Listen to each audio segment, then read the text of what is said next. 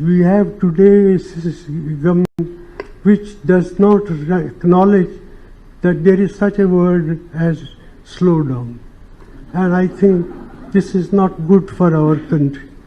If you do not recognize the problems that you face, you are not likely to find credible answers to take corrective action. And that's the real danger. So therefore I believe Montague's books deals with all these points, and it will therefore be of great help to the future growth of our country. Montague has also pointed out that contrary to what the ruling group may say, today the 5 trillion economy by 2024-25 is wishful thinking.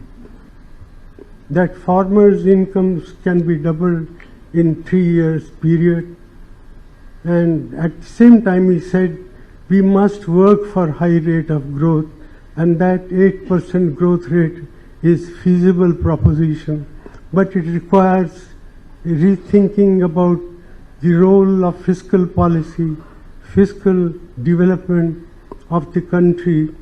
There's need for tax reforms in a much bolder way, because he says, as he points out, in our country, if you look at the real picture, the real fiscal deficit, center state combined, is as high as 9%, and that's not good for satisfying our ambitions of having a dynamic economy growing at the rate of 8 to 10%.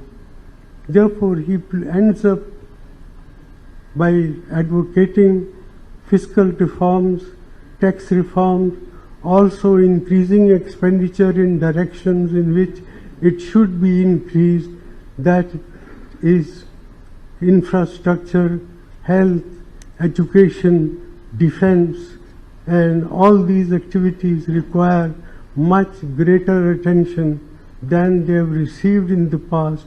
So I do believe that I hope there will be a consensus among right-thinking persons about the path that Montague has identified for dealing with the economic situation in our country. I do believe that there is need for rethinking the informed process, fresh, second generation of reforms requires new pathways, and these new pathways can emerge only through solid discussion of the alternatives that our country faces and the challenges that our country faces.